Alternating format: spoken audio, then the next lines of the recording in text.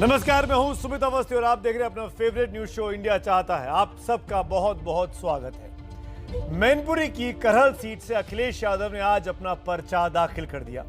यह कार्यक्रम पहले से तय था, सबने तैयारी कर रखी थी, लेकिन इस बीच बीजेपी ने इस चुनाव में सरगर्मी आज अचानक पैदा कर दी और सबको चौंका दिया।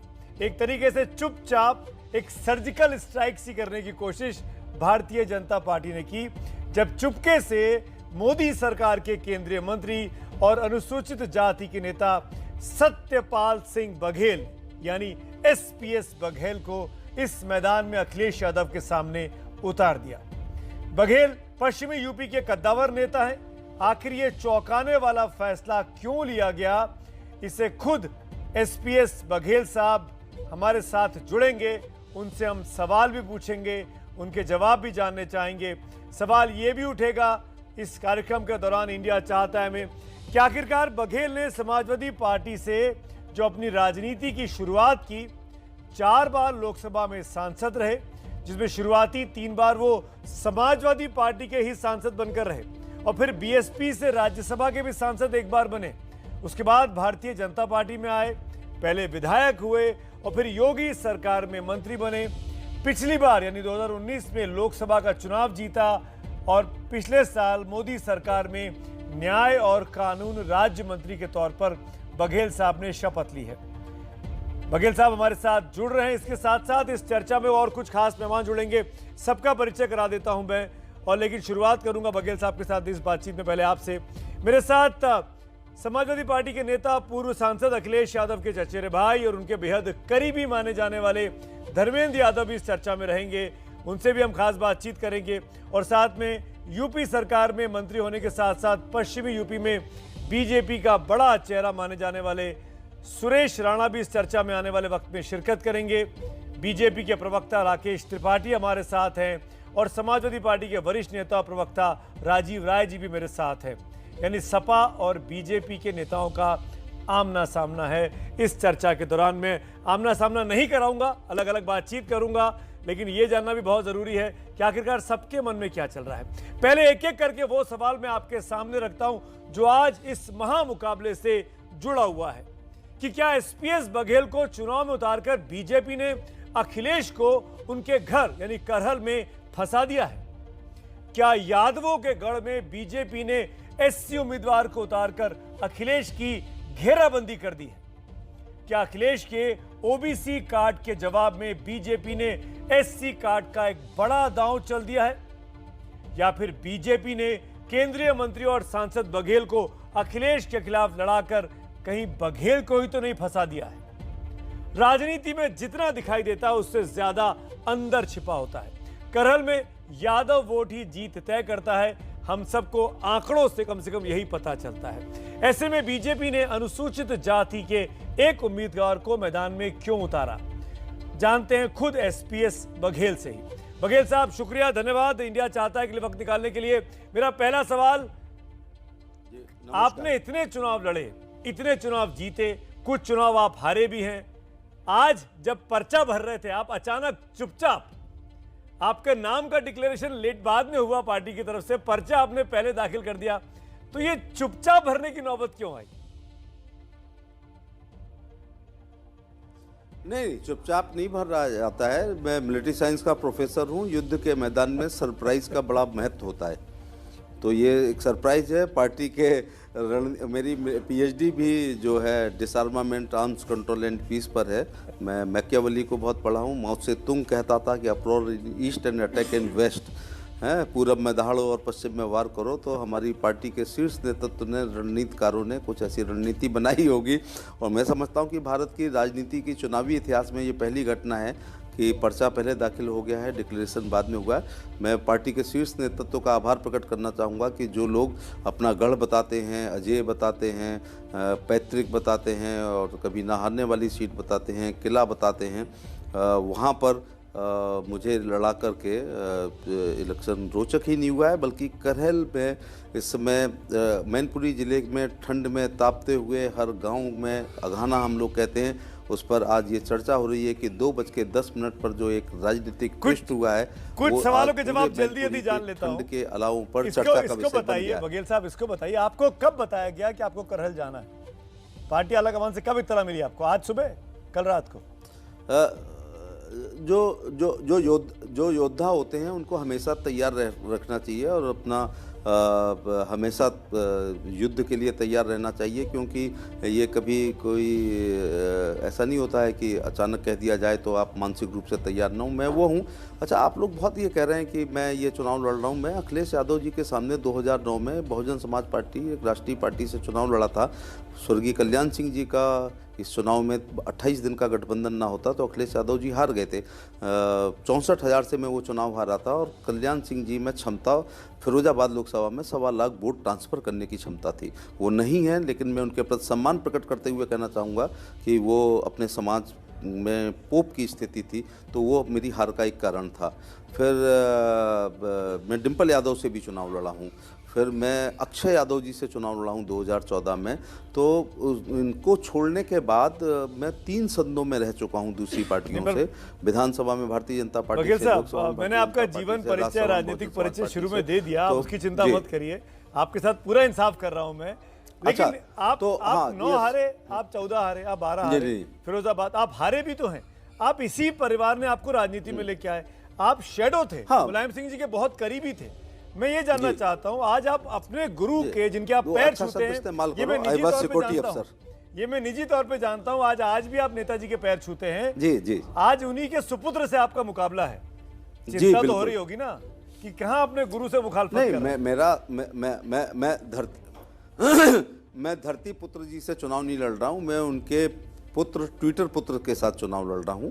तो ये व्यक्ति पूजक देश है। आप उनकी तुलना अखिलेश यादव की मुलायम सिंह जी से नहीं कर सकते हैं। मुलायम सिंह जी को भी ये लग रहा होगा कि मैंने उनके साथ उतना बुरा नहीं किया जो उनके पुत्र ने किया है, कि अखिलेश यादव ने 2017 में समाजवादी पार्टी, जो बीकेडी, लोक दल, जनता पार्टी, समाजवादी जनता पार्टी होते हुए समाजवादी पार्टी बनी, जिस नर्सरी को बटवृक्ष बनाया था, उस राष्ट्रीय अध्यक्ष की नेम प्लेट इन्हीं लोगों ने उखाड़ करके उनको राष्ट्रीय अध्यक्ष के पद से पदच्युत किया था। वो मैं ऐसा नहीं कर सकता हूँ। तो वो उनका, आप चले गए बसपा, आप आ गए भाजपा, आप अखिलेश यादव जी को इतना कोस रहे हैं, अपना क्यों भूल जा रहे हैं? इन्हीं मुलायम सिंह ने पहली बार चुनाव लड़ाया। भाई मेरा सुमित भाई 3 बार लगातार हैट्रिक उसको कहते हैं जो 3 बॉलों पर 3 विकेट गिरा दे। मैंने जलेसर में लगातार 3 बार जीता था जब चारों तरफ भाजपा जीतती थी। चौथी, दुनिया का ओवर 6 बॉलों का, नेताजी का ओवर 3 बॉलों का था। चौथी बॉल अपने बेटे को पकड़ा दी, 5वीं डिम्पल को पकड़ा दी। तो भैया मैं भेड़ थोड़े चराऊंगा, मैं राजनीति करूंगा। तो और अपने अनुयायी, समर्थक, प्रशंसकों को कहाँ लेके जाऊं? तो मैंने छोड़ा नहीं है। ऐसा कम होगा कि 3 बार के एमपी की टिकट काट दी जाए और उसकी सजा वो आज भी भुगत रहे हैं। इंटरेस्टिंग बात आप कह रहे हैं कि आपको राजनीति करनी है, यानी आप करियर पॉलिटिशियन हैं, आपको राजनीति करनी चाहे किसी भी पार्टी में रहे, विचारधारा मैटर नहीं करती है। मेरे को समाजवादी विचारधारा और भाजपा की विचारधारा में जमीन आसमान, मेरे को लोगों की सेवा करनी है। अरे भाई, अंत्योदय, उनका दीनदयाल जी का अंत्योदय, लोहिया का समतामूलक समाज, बाबा साहब का जो है समतामूलक समाज, और ये लोहिया जी की गैर बरादरी, ये सब एक है। सबका उद्देश्य है गरीब लोगों की सेवा करना। नहीं तो यादव बहुल मैंने सीट नहीं है, छोड़ा। उन्होंने करहल की यादव बहुल सीट है, आंकड़े बहुत साफ अपने है। परिवार में किसी की टिकट नहीं काटी। कैसे हरा पाएंगे वहां अखिलेश यादव को? लगता तो नहीं है समीकरण को देखते हुए। अरे भैया, कॉल लुइस का रिकॉर्ड बेन जॉनसन ने तोड़ा। कभी विंबलडन कोई जीतता है, कभी कोई जीतता है, कभी किसी की हैट्रिक होती है फिर दूसरी हो जाती है, कभी किसी की सेंचुरी हो जाती है दूसरी हो जाती है। आंकड़े ही आंकड़े तोड़ने के लिए होते हैं। इसलिए आप जो बार बार एक जाति विशेष का नाम ले रहे हैं, मुझे कोई उनसे गुरेज नहीं है। अगर उनकी संख्या ज़्यादा है तो इस करेल विधानसभा में मोदी और योगी के प्रशंसकों की संख्या इतनी ज़्यादा है, लाभार्थियों की संख्या इतनी ज़्यादा है, और ख़ास तौर से सपा की सभी सरकारों के जो पीड़ित लोगों की संख्या है, शोषित लोगों की संख्या है, आप जब पहुंचे तो सन्नाटे में पहुंचे, दबे हुए की संख्या है, पहुंचे तो हो जाएंगे तो करहल को हरा देंगे।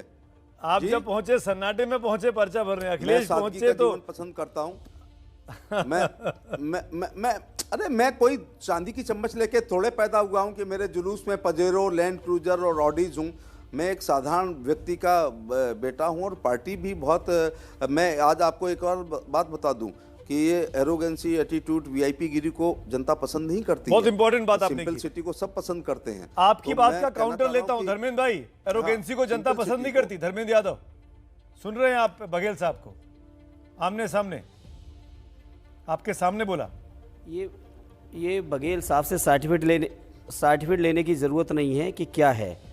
पूरे उत्तर प्रदेश का जनमानस आज अखिलेश यादव जी के प्रति उनसे उम्मीद लगा के और उनके किए हुए कामों के प्रभावित होके पूरा उत्तर प्रदेश तैयार है। जहाँ तक चुनाव लड़ने का सवाल है, चुनाव लड़ना चाहें लड़ें, उससे कुछ नहीं होता है। चुनाव तो कोई ना कोई लड़ता है और पहले भी बघेल साहब लड़ चुके हैं और पूरा अपना हसवी अंदाज उनको है।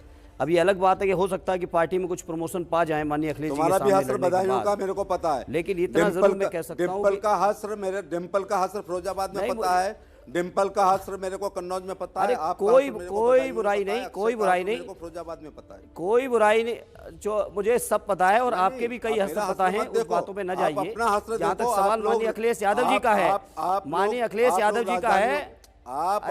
आप अपने गढ़ों में चुनाव लड़ने जाते हो और वहां से हार के आते हो। अक्षय यादव फिरोजाबाद हारे हैं, डिम्पल यादव को तो हार का 2 बार मुंह चखना पड़ा फिरोजाबाद में और कन्नौज में, और आपको अरे हम भी बदायूं में। आप गढ़ों में ये जाते हार हो, जीत फिर चलती है। मैं भी गढ़ 3 गिर बार जाते हैं। संसद चुना गया हूँ। इसी मैनपुरी से ऐतिहासिक चुनाव फिर जीता मैं- हूँ। मैं 4 इसी बार चुना बदायूं से गया 2 हूँ। बार ये चुनाव मेरा जीत के छठवां गया हूँ। कार्यकाल है। वो छोड़िए इन बातों की आपको चिंता, जिताने लेकिन में आज भी- जो सवाल आपको करेल जिताने में आप का, याद आज जो करो, करेल का सवाल है, बाई इलेक्शन में आपको जिताने में भी हमारी बड़ी भूमिका थी। आपको जिताने में हाँ, हमारी आप बड़ी ही की तो भूमिका थी। भूमिका हमने थी, 222 बाकी हमारी गांव का पार्टी तो दौरा कुछ थी किया नहीं। था उस उपचुनाव में। केवल आप ही की भूमिका थी, केवल आप ही की भूमिका थी ना, पार्टी की तो हमारी कुछ नहीं थी। जहां तक व्यवस्थी जी आज आपने करेल के आपके सवाल अंदर पर वोट चर्चा शुरू ट्रांसफर, की है। आपके अंदर वोट करेल के जनमानस, बघेल साहब, करेल क्षेत्र, ये मैनपुरी बघेल का साहब क्षेत्र- आपके साथ, बघेल साहब, मैनपुरी का जो बघेल क्षेत्र है, साहब, बघेल साहब, आप केंद्रीय मंत्री हैं। एक बार धर्मेंद्र को अपनी बात पूरी करने दीजिए ना, फिर हम लोग बात बहस करते हैं। आपको पूरा समय मिला, धर्मेंद्र जी को बोलने दीजिए ना, वो भी सांसद हैं, आपके पुराने साथी हैं। जी जी जी जी। देखिए जहां तक बिल्कुल, जहां तक बिल्कुल। करेल का सवाल है ऐतिहासिक वोटों से, और करेल ही नहीं, उत्तर प्रदेश की जिस भी सीट से माननीय अखिलेश जी चुनाव लड़ते बहुत ऐतिहासिक वोटों से चुनाव जीतते, क्योंकि आज उत्तर प्रदेश का पूरा जनमानस, समाज के हर वर्ग के लोग, पश्चिम से लेकर पूर्व तक, बुंदेलखंड से लेकर रोहिलखंड तक, समाज का हर व्यक्ति, हर वर्ग समाजवादी पार्टी और उसके नेता माननीय अखिलेश जी से उम्मीद भरी निगाह से देख रहा है। आज करेल के लोग अपने को गौरवान्वित महसूस कर रहे हैं कि उनको न केवल विधायक बल्कि उत्तर प्रदेश का मुख्यमंत्री चुनने का मौका मिला है। करेल के लोगों ने लगातार समाजवादी पार्टी, और ये करेल वो क्षेत्र है जहां 1957 में पहली बार सोशलिस्ट एमपी बंसीलाल धनगर जी हुए थे। लगातार समाजवादी पार्टी के लोगों को ताकत देने का इस इलाके ने काम किया है, और आज उस इलाके से जब हमारे राष्ट्रीय अध्यक्ष जी लड़ने जा रहे हैं तो बहुत ऐतिहासिक वोटों से चुनाव नहीं, पर जीत के धर्मेंद्र आएंगे। भाई, इस ये बात क्यों पे ना माना सुनने की जाए कोई अखिलेश जी चर्चा ने होने बहुत की ही जरूरत ही आसान नहीं सीट है। चुनी जहां पे यादव बहुल है? ये क्यों ना माना जाए? 2000 आसान सीट चुनी जहां धर्मेंद्र तक जी। करेल का सवाल है, सुमित भाई, करेल जो मेरे को करेल जो है, करेल जो है आदरणीय नेता, मेरे को अरे पार्टी ने अरे, राष्ट्रीय अध्यक्ष के सामने लड़ाया है और इन्होंने आप चुनी बीच- है, आप- इन्होंने चुनी है 403 में से। तो ये 400 सीटें जीत रही हैं, जो हारने वाली सीट पे क्यों नहीं जा रहे हैं? उसको जिता के लाए ना। 400 सीटें अखिलेश जीत रहे हैं, 3 बच्चे धर्मेंद्र भाई, जवाब नहीं, 400 सीटें जीतेंगे, उन्हीं के नाम से जीतेंगे। क्यों आ रहे हैं? बघेल साहब उन्हीं के नाम से जीत के तो आएंगे, जो और तीन 10 बच्ची मार्च हैं, को उन हम पे और आप जाके फिर बैठेंगे। 3 लोग लड़ लो 10 मार्च जाके। को हम बात करेंगे। आपके उन तीन आपके में पूरा का पूरा अखिलेश लड़ आपके लें, पूरे के धर्मेंद्र पूरी लड़ लें, पार्टी, और जाके जिसमें डिम्पल लड़ पूरी लें, की पूरी पूरी केंद्र की 403 हो सरकार, जाएंगी। पूरी केंद्र की सरकार, पूरी प्रदेश की सरकार जिन कार्यक्रमों में लगी थी, अकेले माननीय अखिलेश जी की विजय रथ यात्रा ने आपके सभी कार्यक्रमों को हवा निकाल दी, और पूरे उत्तर प्रदेश का जनमानस आज अखिलेश यादव जी के साथ। सवाल ये अवस्थी जी, अवस्थी जी बोलिए। अरे आप बघेल साहब बेअंदाजी कर लीजिए, हो सकता है प्रमोशन मिल जाएगा चुनाव के बाद आपको कि आप अखिलेश जी से लड़के आए थे, हो सकता है पार्टी के अंदर आपका कुछ प्रमोशन हो जाए। लेकिन समाजवादी पार्टी की आज उत्तर प्रदेश तो की आपके जनमानस यहाँ के चौथा चुनाव लड़ने अंदर आए जिस हैं। तरह से लोकप्रियता है, जिस तरह से लोगों को उम्मीद है, अरे आए हो तो लड़ते रहो, जिंदगी भर लड़ो, उससे कौन रोक रहा है आपको?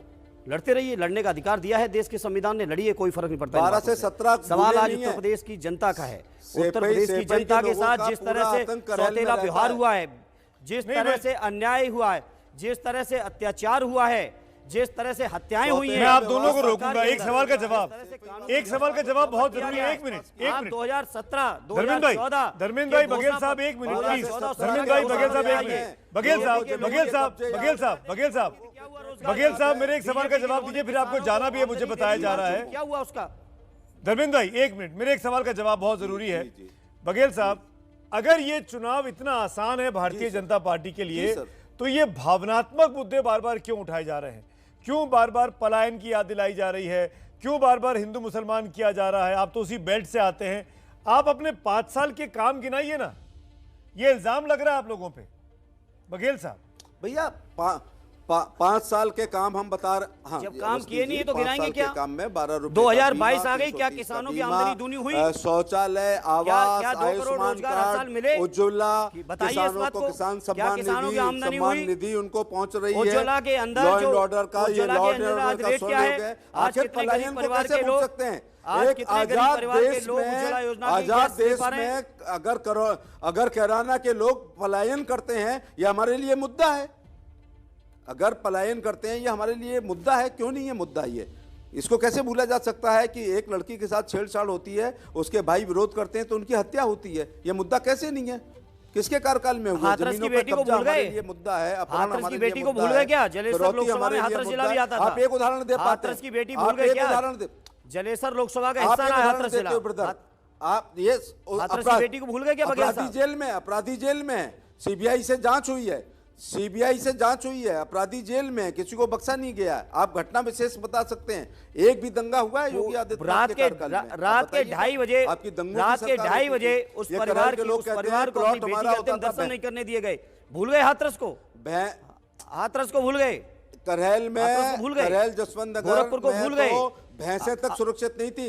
रात में आते थे भैंस उठा के ले जाते थे और कट्टी खाने में काट दी जाती थी। भैंस सुरक्षित नहीं थी। योगी तो भैंस तो बराबर बघेल कर रहे हैं, साहब भैंस का मैं माफी के साथ बीच में आपको टोक रहा हूं, मुझे कहा कि आपको जाना है, मैं आपको शुक्रिया अदा करूंगा, आपने वक्त निकाला, आप जुड़े मेरे साथ। लेकिन सुरेश राणा जी मेरे तरह साथ हैं, राकेश त्रिपाठी मेरे साथ हैं। जो बात सुरेश राणा वरिष्ठ मंत्री हैं योगी सरकार में, गन्ना मंत्री मंत्रालय भी है, और उसी इलाके से आते हैं, पलायन के मामले को उठाते भी रहे हैं, और खासकर जब इस तरह की भावनात्मक मुद्दों की बात हुई है तो सुरेश राणा खुलकर बोलते भी रहे। मैं चाहूँगा कि जो बात धर्मेंद्र यादव कह रहे थे, पूर्व सांसद सुरेश राणा, कि आप पलायन की बात करते हैं, ठीक है करिए, आप हाथरस क्यों भूल जाते हैं? आप सेकेंड वेव में कोविड के समय में जो त्राहिमाम मचा उसको क्यों नहीं बताते, उस पर क्यों नहीं अपनी माफी मांगते हैं, या उस पर क्यों नहीं हाईलाइट करते हैं? सुरेश राणा जी। सुमित जी, सबसे बड़ी बात तो यह है कि इनके अंदर भावना नहीं है और ये हर बात को राजनीति के साथ जोड़ने का काम करते हैं। और मुझे बड़ा आश्चर्य होता है कि जब पलायन शब्द आता है और राजनीतिक आधार पर समाजवादी पार्टी उसे लेने का काम करती है।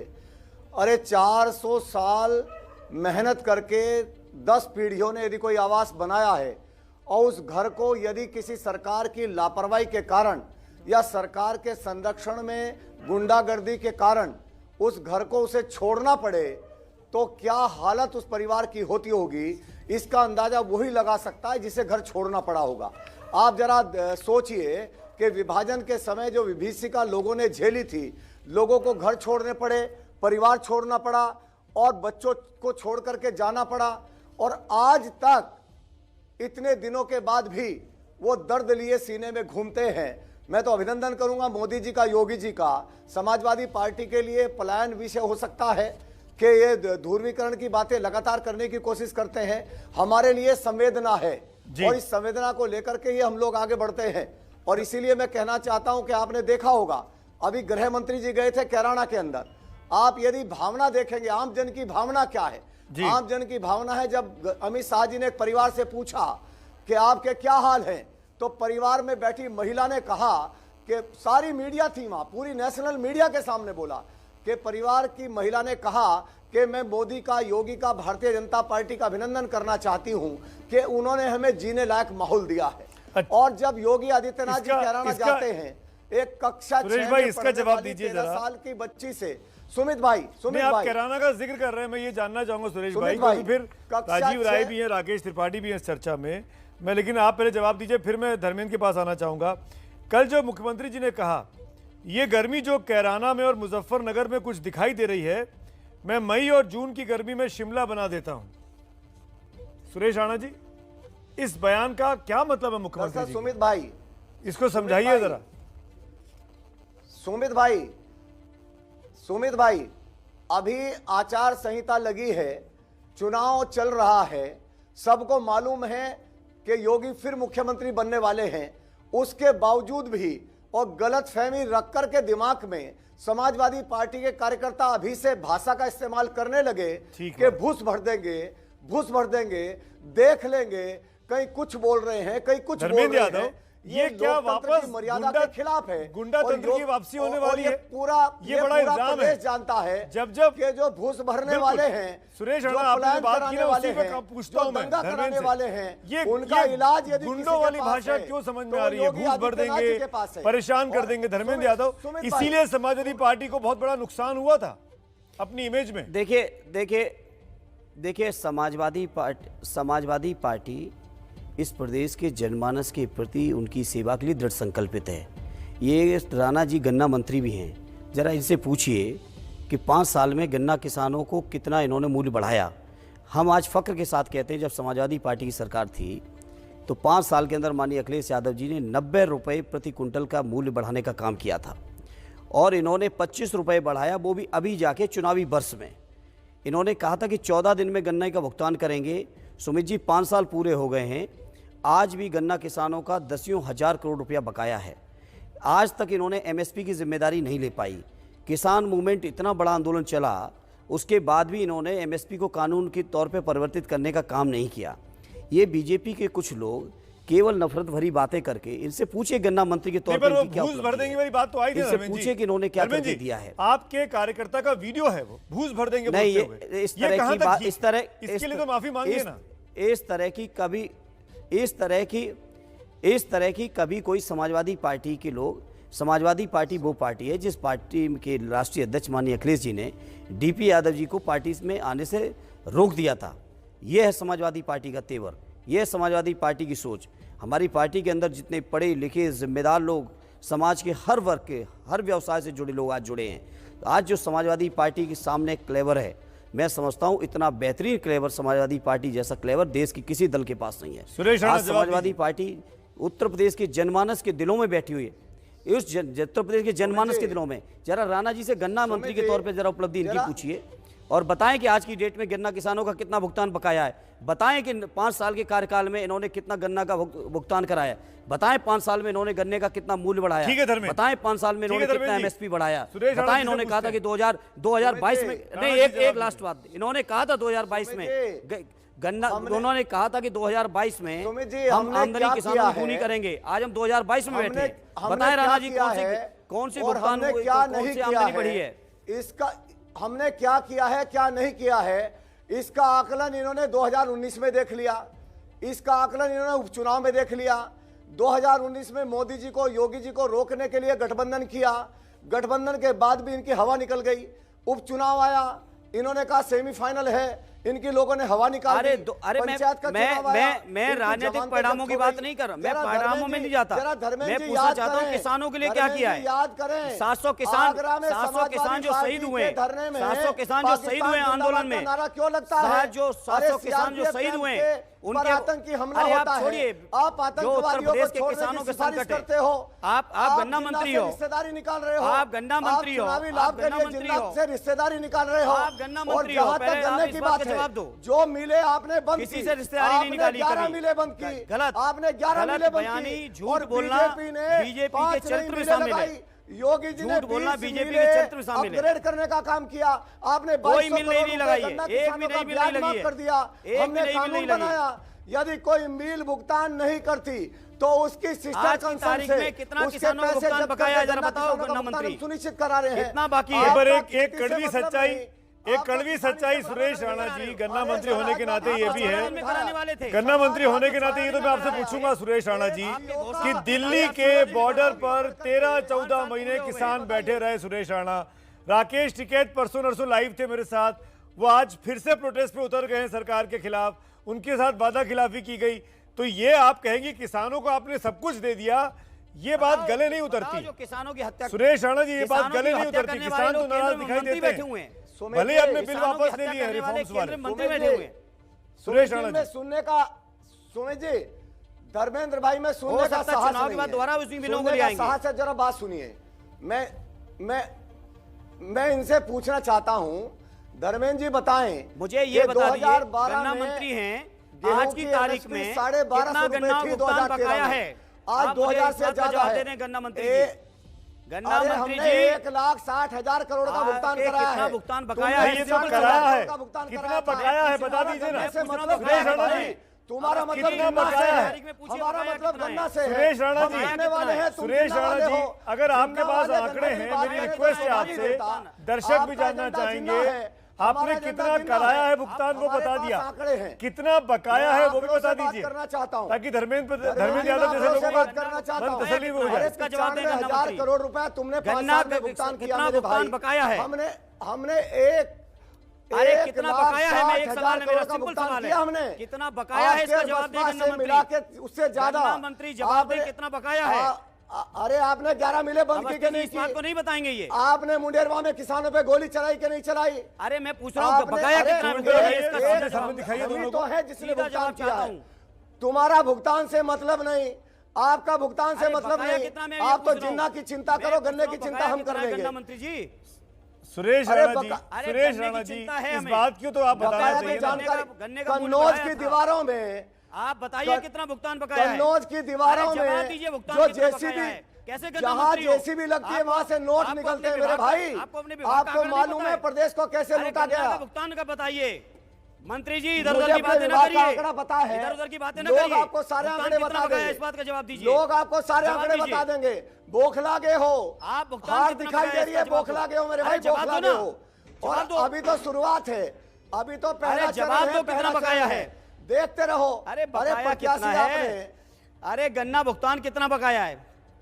अरे जनता का जो बकाया उसे जवाब बताओ। दो ना, भुगतान कितना बकाया है? कन्नौज की कैसे दीवारों गन्ना में मंत्री हो? पैसा कहां से आया? गन्ना- कन्नौज गन्ना मंत्री कन्नौज जी। से कन्नौज में नोटों की गड्डियां अरे वो कहां आप से ही की निकल रही पार्टी है का मेरे था, भाई? आप ही की पार्टी जरा का था, बताओ ना धर्मेंद्र आप ही जी, की पार्टी का था। कन्नौज में नोटों आप की ही की गड्डियां पार्टी कहां का से आ था। रही हैं? आप ही जरा की पार्टी बताओ का था, ना। बीजेपी की अरे पार्टी का था। पाकिस्तान जिंदाबाद का नारा क्यों बीजेपी लगाना की पड़ रहा है पार्टी मेरे का था। भाई? पाकिस्तान जिंदाबाद का अरे नारा गन्ने क्यों का लगा रहे हो? भुगतान कितना बकाया है, जिन्ना इसका से जवाब दे दो रिश्तेदारी बस। क्यों निकाल रहे हो? कैसे गन्ना मंत्री हो इसलिए भाई? निकाल रहे हो कैसे गन्ना मंत्री क्योंकि हो? आपको मालूम है, आपको अरे गन्ना आपकी मंत्री हालत कैसे क्या हो होने भाई? वाली है आपको मालूम है। हमने जो गन्ने में किया है 2019 में आपको बता दिया। एक तरफा 2019 समाजवादी में पार्टी जनता ने जीत आपको के बता आएगी। दिया हमने क्या किया। हम जब एक से आए तरफा हैं जीत के आएगी समाजवादी 8 पार्टी। लाख हेक्टेयर गन्ने का आज क्षेत्रफल किसान- बढ़ा है योगी जी की सरकार आज में। किसान तैयार है, आपकी नौजवान सरकार में तैयार है। गन्ना किसानों ने गन्ना ऐसे बोना बंद कर ऐसे दिया अगर था। आप एक दूसरे के ऊपर आपकी बात सरकार में करेंगे, 2 किस्तों में भुगतान होता था। एक दूसरे आपकी के ऊपर सरकार बात में मिलो करेंगे मालिकों की आप तो सिफारिश किसी का करते भला थे। नहीं होगा। सब मेरे पास जानते 2 हैं, खास 250 मेहमान अभी करोड़ जुड़े हुए हैं मेरे रुपया साथ। गन्ना किसानों का ब्याज सुरेश राणा जी, माफ किया था। सुरेश राणा जी, धर्मेंद्र यादव जी, आपका आपकी गन्ने से इजाजत मतलब से- नहीं है। आपकी आप इजा- जिन्ना पर रहो, आपकी आप इजाजत जिन्ना से- वाले हैं, जिन्ना पर रहो। आपकी आपके मुंह से इजाजत गन्ने से की बात सुरेश अच्छी राणा लगती जी, है, धर्मेंद्र भाई। यादव जी किसानों में पे हैं। 2 वरिष्ठ हम लोग और नौजवानों जुड़े हुए पर हैं। हैं, राकेश हम त्रिपाठी, व्यापारियों पे हैं, राजीव हम राय, मैंने गरीबों आप पे दोनों को हैं। भरपूर समय दिया, उनको भी इस चर्चा में लेके आना चाहता हूं क्योंकि 2 मेहमान बीजेपी के हैं तो 2 मेहमान सपा के हैं। बिल्कुल बराबरी का मुकाबला और ये महासमर चल रहा है यूपी का इस वक्त कि कौन जीतेगा कौन हारेगा। राकेश त्रिपाठी और राजीव राय, मैं आपसे पूछना चाहता हूं राकेश त्रिपाठी, ये मुझे बताइए, बार बार योगी जी का सीधे सीधे हमला करना अखिलेश यादव पर, क्या मैं ये मान लूं कि ये बाइपोलर कॉन्टेस्ट मान लिया है बीजेपी ने कि ये योगी बनाम अखिलेश की लड़ाई है, बाकी प्लेयर्स इंपॉर्टेंट नहीं है? राकेश त्रिपाठी। नहीं सुमित जी, उत्तर प्रदेश का चुनाव भारतीय जनता पार्टी उसमें अपने पुराने रिकॉर्ड को पाने के लिए लड़ाई लड़ रही है और समाजवादी पार्टी, कांग्रेस हो या बहुजन समाज पार्टी हो, ये सब परस्पर आपस में इस बात की लड़ाई लड़ रहे हैं कि विपक्ष नंबर 1 कौन बनेगा। इनके लिए अपना पुराना रिकॉर्ड जो 2017 का था वो पाना भी आज मुश्किल है। इनके लिए आज कठिनाई हो रही है कि 47 सीटें समाजवादी पार्टी कैसे पा रहे। मेरा तो सवाल है, धर्मेंद्र यादव जी बैठे हैं, वो जवाब दे दें कि आजमगढ़ से सांसद हैं अखिलेश यादव जी, क्यों नहीं आजमगढ़ से चुनाव लड़ेंगे? उन्होंने कहा था मैं आजमगढ़ की जनता से पूछ के बताऊंगा, लेकिन आजमगढ़ में चुनाव लड़ने की हिम्मत क्यों नहीं जुटा पाए? समाजवादी पार्टी के लोग जहां से एक बार निर्वाचित हो जाते हैं दोबारा वहां लड़ने की हिम्मत क्यों नहीं जुटा पाते हैं? इस बात का डर है ना, क्योंकि एक सांसद के तौर पर अखिलेश यादव जी आजमगढ़ गए नहीं, उन्होंने जनता की अपेक्षाओं पर खरे उतरे नहीं पूरे कोरोना काल में। नहीं, पर राकेश भाई मैनपुरी जो करहल की लोकसभा सीट है वहां से मुलायम सिंह यादव भी तो सांसद हैं, गए तो मैनपुरी है ना, वो वहां भी तो अगर एंटी इनकम्बेंसी होगी तो वहां भी हो जाएगी, करहल में भी मिल जाएगी। हो गई नहीं ऐसे तो राजीव राय जवाब देना चाहेंगे राकेश त्रिपाठी के सवाल का कि आजमगढ़ से क्यों नहीं लड़े? राजीव राय मैं आ रहा हूँ चर्चा चल रही है। राजीव राय, सुमित जी, पूरी बहस के लिए आपको बधाई दूंगा। देश के दर्शकों ने देखा कि जब से आपने बहस शुरू किया, आदरणीय धर्मेंद्र जी कितनी शालीनता से केंद्रीय मंत्री की बात सुन रहे थे और किस तरह से उनके अंदर की छटपटाहट घबराहट दिखाई दे रही थी कि उनके पास धैर्य नहीं था कि उन सवालों को सुनते और जवाब के देते। यही गन्ना मंत्री से आप और धर्मेंद्र जी पूछते रह गए। इन्हीं 2-3 लाइनों में पूरी सच्चाई तस्वीर आ जाएगी। गन्ना मंत्री से आप और धर्मेंद्र जी पूछते रह गए कि गन्ना का कितना बकाई था। पूरा इतिहास, भूगोल, ग्रामर, व्हाट्सएप यूनिवर्सिटी रटा बोल दिए, लेकिन उन सवालों का जवाब नहीं दिए क्योंकि उनके पास सवालों का जवाब नहीं था। कभी हमारे मित्र भारतीय जनता पार्टी को प्रवक्ता राजनाथ सिंह से भी पूछते कि एक जगह से चुनाव क्यों नहीं लड़ते हो भैया, मोदी जी क्यों आ गए बनारस भैया। उत्तर प्रदेश की जनता मैनपुरी से लेकर बलिया तक, नोएडा से लेकर बलिया तक अखिलेश यादव जी को बुला रही थी और जहां से लड़ते हैं वहां जीत जाते हैं। तो सही है ना कि आजमगढ़ से लड़े, आजमगढ़ से जीते, कन्नौज से लड़े, कन्नौज से जीते, मैनपुरी से लड़ेंगे, वहां से जीतेंगे। ये तो साबित करता है कि हमारा नेता कहीं भी खड़ा हो जाएगा, जीत जाएगा। आपकी तरह बाबा को लौट कर, बाबा बेचारे एप्लीकेशन डालते रहे मथुरा में, बाबा बेचारे एप्लीकेशन डालते रहे अयोध्या में, आप लोग मीडिया पर चलाते रहे, भारतीय जनता पार्टी के नेता चलाते रहे, लेकिन लौट कर गए घर में। तो ऐसा तो नहीं, हमारा नेता जहां से भी खड़ा होगा, पूरे उत्तर प्रदेश के लोग, मैं आपके चैनल पर पिछली बार भी बोला था, मैं इनवाइट करता हूं आदरणीय अखिलेश यादव जी को मऊ से, और ऐतिहासिक जीत नहीं जीत कर गए तो मैं राजनीति से संन्यास ले लूंगा। मैं एबीपी न्यूज पर घोषणा करता हूं। तो इनके तरह अपने लगे, राजनाथ सिंह से पूछ लीजिए ना, राजनाथ सिंह से पूछ लीजिए क्यों घूम कर लड़ते हैं, एक जगह से दोबारा क्यों नहीं लड़ने की हिम्मत रखते। 50 नेताओं की बात कर दूं, जो अभी अपराधियों के जो आप शतक पूरे कर रहे हैं उस पर बहस कर लो, उसे बात कर लो। मैं एक मिनट धर्मेंद्र जी को जाना है, मुझे बताया जा रहा है धर्मेंद्र जी को जाना है। एक सवाल राकेश भाई, आपकी इजाजत से धर्मेंद्र जी को जाना, मुझे कहा जा रहा है आपकी एक सवाल उनसे ले लूं, फिर वो चले जाएंगे। नहीं तो धर्मेंद्र यादव, ये मैं जानना चाहूंगा आपसे, धर्मेंद्र यादव जवाब देके जाइएगा, भागेगा नहीं बीच में से, छोड़िएगा मत, सवाल थोड़ा कड़वा है। ये मुझे बताइए, सरकार नहीं बनी तो क्या?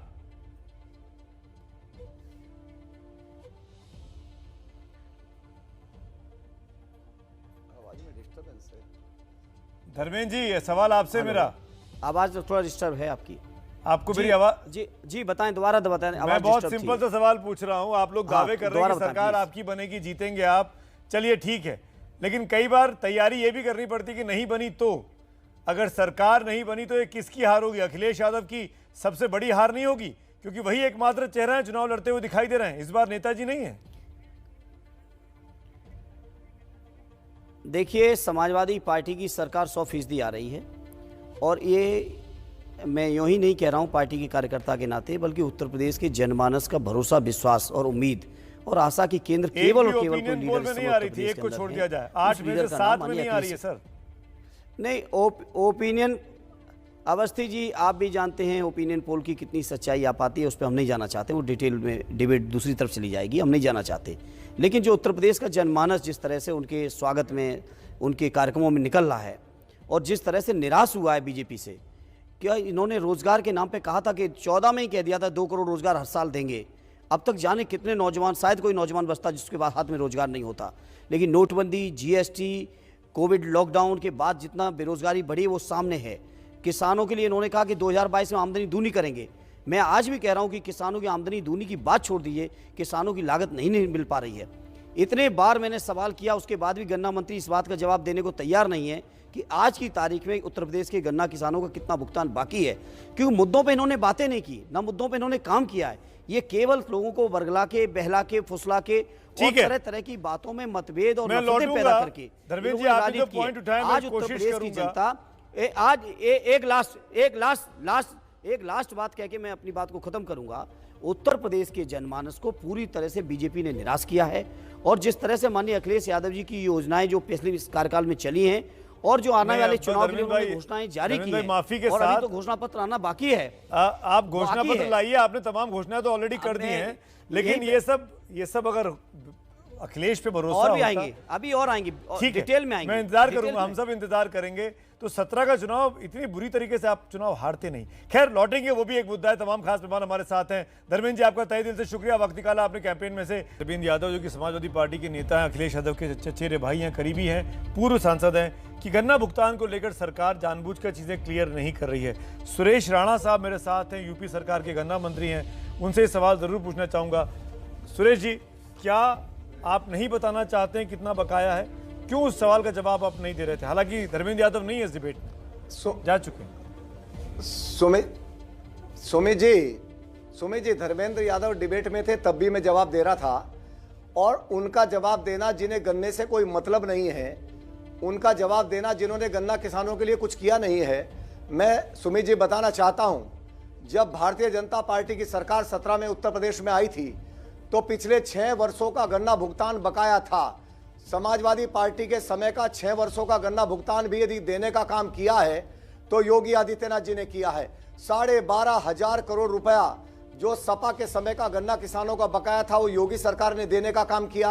अभी 5 साल अभी में क्या समाजवादी कोई ने बकाया 95,000 नहीं है, मेरे पास करोड़ वक्त का की गन्ना कमी है, किसानों का भुगतान किया। मेरे पास वक्त की कमी है। सुरेश भाई, अगर आपसे जानना चाह रहा हूं बकाया है कि नहीं है तो कितना है, बस इतना बता दीजिए, क्लियर हो जाएगा। अरे अरे अरे सुमित भाई, बकाया छोड़ो, करंट सीजन में भी 70% भुगतान हो चुका है।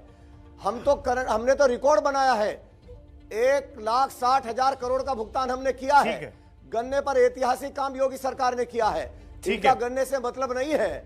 ये तो 2200 करोड़ रुपया गन्ना किसानों का ब्याज इन्होंने माफ कर दिया मिल मालिकों पर। ये किस मुंह से गन्ने की बात करते हैं, मुझे बड़ा आश्चर्य आता है। इनके मुंह से जिन्ना की बात अच्छी लगती है, ये गन्ना की बात करते हैं तो सुरेश जी वो है नहीं जवाब देने के लिए। मैं माफी चाहता हूँ, मैं माफी चाहता हूँ। आपने जवाब दे दिए, वो जवाब देने के लिए नहीं है।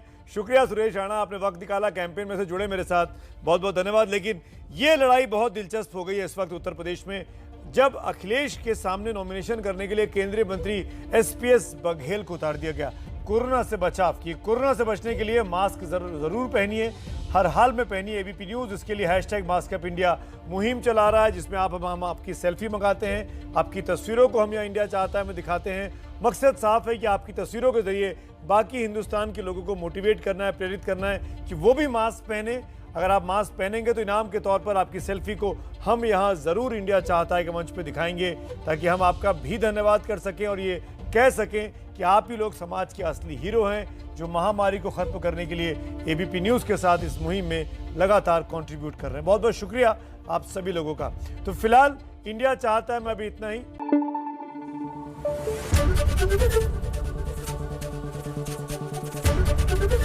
एबीपी न्यूज़ आपको रखे आगे।